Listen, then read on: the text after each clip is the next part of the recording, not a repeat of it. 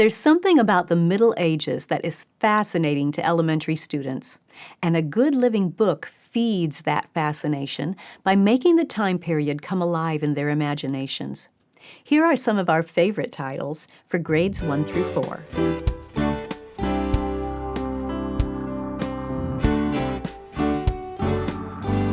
Welcome to the Simply Charlotte Mason podcast. I'm Sonia Schaefer. Today I want to share with you 5 living books that are some of our favorites for elementary students who are studying the Middle Ages.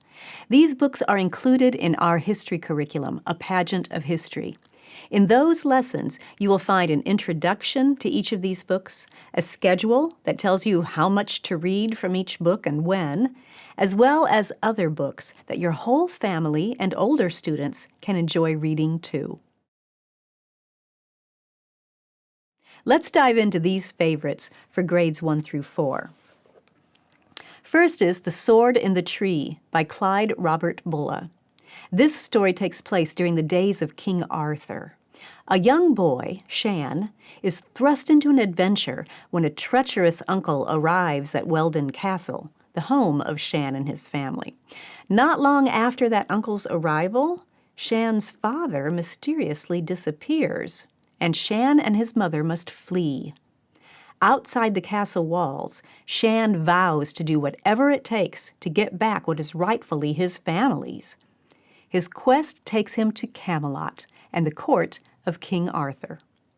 I won't tell you how the story ends, but it is a gentle adventure for young elementary students. Second is Viking Adventure by Clyde Robert Bullough. It's by the same author as The Sword in the Tree. Clyde Robert Bullough was a great children's author who wrote lots of books. This one is a great Viking adventure tale that's appropriate for younger children.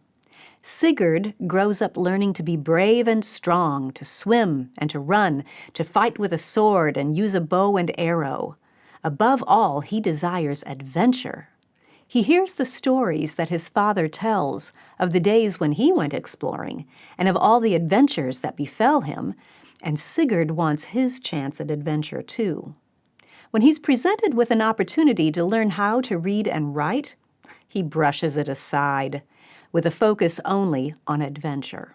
But when he finally has his adventures, he finds that he wants to preserve those stories forever, so he decides to learn reading and writing in order to do that. The third book, Castle Diary, The Journal of Tobias Burgess by Richard Platt. Tobias, or Toby for short, is an 11-year-old who is sent to his uncle's castle to serve as a page. He keeps a diary of what happens during his year there and the jobs that he does.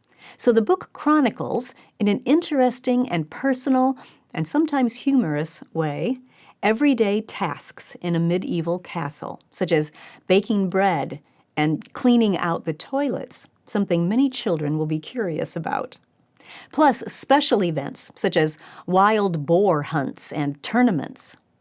The front has a labeled drawing of the castle locations that are mentioned in the diary notes, and the back of the book has a whole section called Toby's World that gives more information about noblemen and weaponry and suits of armor and battle strategies during the Middle Ages.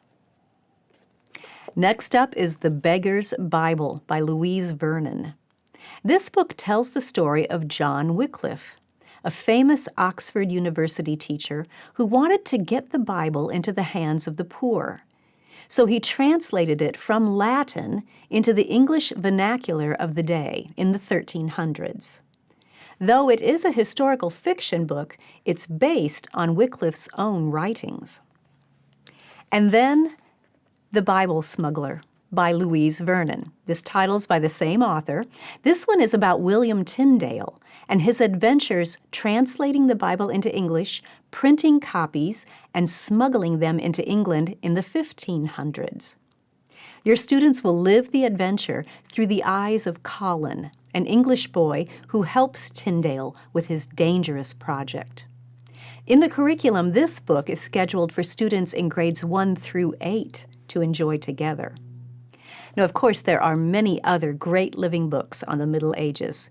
It's hard to narrow down all the choices, and that's why we're happy to provide a list of bonus titles. These are books that we have read and we think your students would profit from. Some of them come with parent advisories and notes in order to help you select the ones that would work best for your students. So be sure to read our review of each title. You can use books from this bonus titles list for students who want to read more in their spare time, or if you end up needing to substitute one of the books scheduled in our curriculum. Check the description for a link. And I'll also leave a link to our history curriculum, a Pageant of History, so you can see how using those lessons will simplify your homeschool.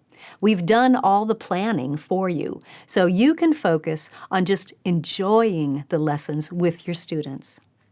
Next time, we'll walk you through the living books for your middle school students in grades 5 through 8 who are studying the Middle Ages. Thanks for joining me. I'll see you then.